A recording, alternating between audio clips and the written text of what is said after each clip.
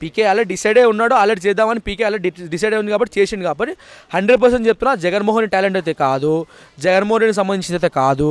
ఖచ్చితంగా అది ఒక పీకే సమస్య సంబంధించిన సర్వే సంబంధించింది, ఆయనే గెలిపించారు. కాబట్టి జగన్మోహన్ రెడ్డికి అయితే నేను చెప్తున్నా కదన్నా, ఒక పెద్ద statist. Mark my words, telecast this, ఆయన పెద్ద స్టాటిస్ట్.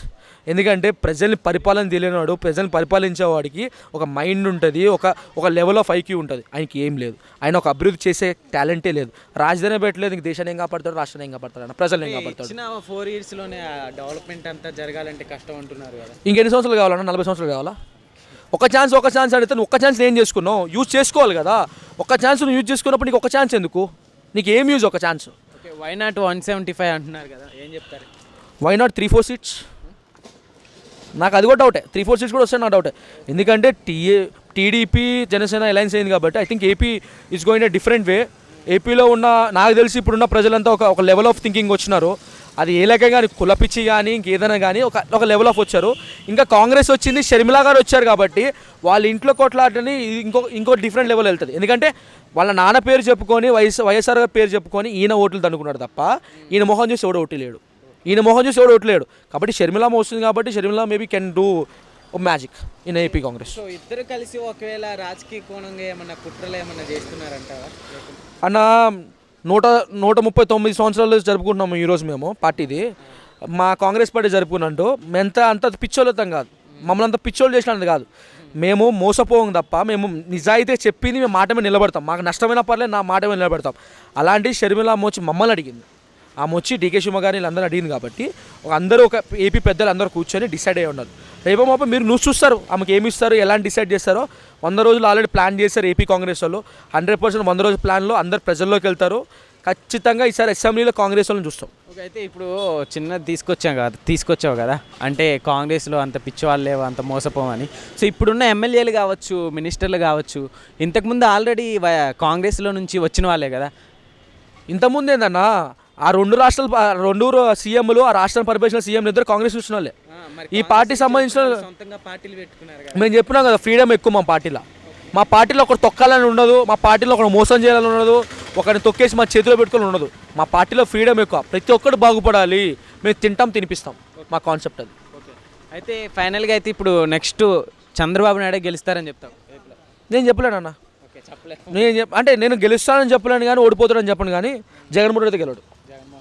చంద్రబాబు గెలుస్తాడో గెలవడం నాకు తెలియదు కానీ జగన్మోహన్ రెడ్డి గెలవడు.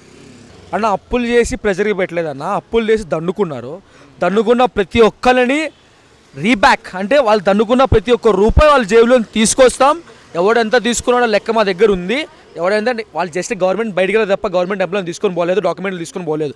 వాళ్ళు చేసిన ప్రతి అప్పు వాళ్ళు దేనికి యూజ్ చేశారు, ఎంత సొంత లాభాలు యూజ్ చేస్తున్నారో ప్రతిదో కక్కిస్తాము, జైలుకి కూడా పంపిస్తాం. కాబట్టి డబ్బు మాత్రం రావటం పక్క, రెవెన్యూ అయితే ఎక్కడ ఆగదు, డెవలప్మెంట్ ఎక్కడ ఆగదు. ఈ బీఆర్ఎస్లు కొంతమంది బీఆర్ఎస్ పింక్ ఛానల్స్ కొంతమంది అరే కేటీఆర్ వెళ్ళిపోయిండు, అరే బీఆర్ఎస్ వెళ్ళిపోయింది, డెవలప్ కాదు, కరెంట్ పోద్దని. 24 గంటలు ఇప్పుడు కూడా వస్తుంది కదా అన్న, వాళ్ళు ఇంకా ఇలే మేము కరెక్ట్గానే ఇస్తున్నాం 24 గంటలని, మేము కరెంట్గా ఇస్తున్నాం. ఐటీలు మంచిగా నడుస్తున్నాయి కదా, మేము డిస్టర్బ్ ఏం చేయలేదు కదా.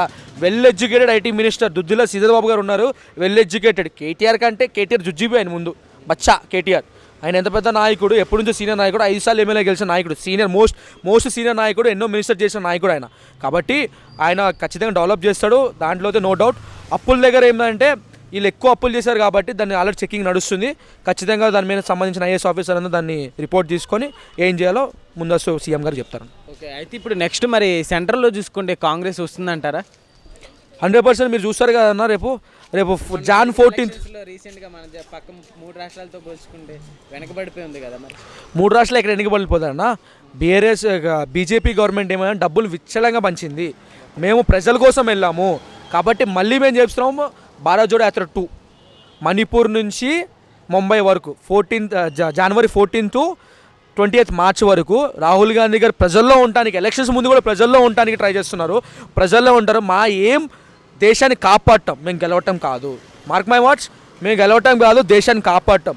ఈ మత పిచ్చి నుంచి ఈ కుల పిచ్చి, మత పిచ్చి, మా వారసులు అనుకున్న వాళ్ళందరూ బీజేపీ సంబంధించిన నాయకులందరి నుంచి తొలగించాలి, దేశాన్ని కాపాడాలి. అదాని అమ్మనే కాదు, దేశంలో ఉన్న ప్రతి బిజినెస్ మ్యాన్ సెటిల్ అవ్వాలని చెప్పి మా ఏం. కాబట్టి మీ అందరితో ఒక కూటమి కూడి ఇండియా అలయన్స్ పెట్టుకున్నాము. ఈ జోడో యాత్రలో ఖచ్చితంగా మళ్ళీ ఇంకొక మార్పు చూస్తారు. సౌత్ నుంచి నార్త్కి వెళ్ళారు, సౌత్లో దిగిన ప్రతి స్టేట్ గెలిచాము.